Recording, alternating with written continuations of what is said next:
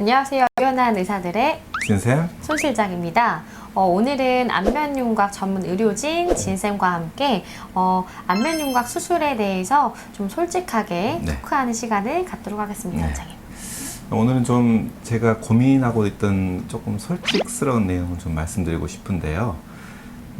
안면윤곽 수술은 우리 성형외과에서 이루어지는 수술 중에 꽤 큰 수술이다 보니까 저는 개인적으로 환자분이 나중에 갖게 될 최종적인 결과물이 가장 중요한 게 아닌가 이런 생각을 가져봅니다.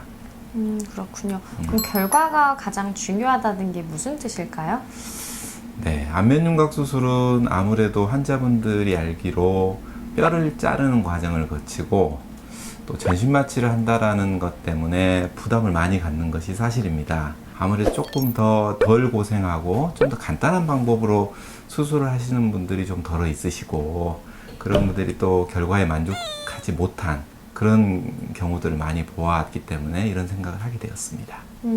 그럼 원장님께서 하시는 말씀은 이제 그런 간단한 수술들은 이제 수술적으로 효과를 보기가 조금 어렵다라는 예, 말씀이시죠? 아무래도 그렇습니다. 제가 20년 가까이 일을 하면서 깨달은 내용 중에 하나는 환자분들이 고생하는 그 정도에 비례해서 예뻐진다라는 사실입니다.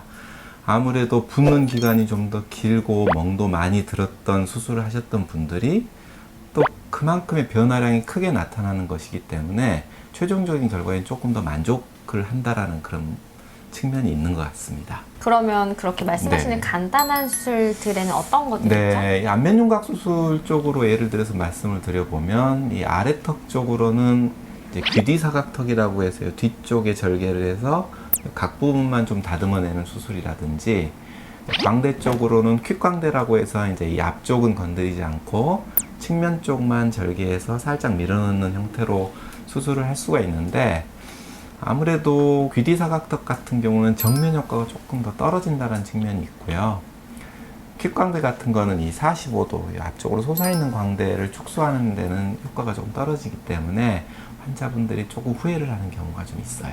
그러면 이제 어떤 수술 방법으로 수술할지가 가장 네, 중요하겠네요. 그렇죠. 원장님. 그러니까 그렇게 네. 간단한 방법으로 수술하는 것만으로도 효과를 보시는 수 있는 환자분들은 분명히 있어요. 그러니까 환자를 보고서 개개인 특징을 파악한 이후에 어떤 분들은 간단한 방법으로 수술하고 어떤 분들은 조금 더 고생을 하더라도 제대로 된 수술을 하는 게 맞는 환자분들이 이렇게 나눠지게 됩니다. 그래서 정확하게 진단을 하고 해당 수술에 대해서 경험이 많은 전문가가 판단을 해서 그 결정을 도와드리는 게 좋을 것 같아요.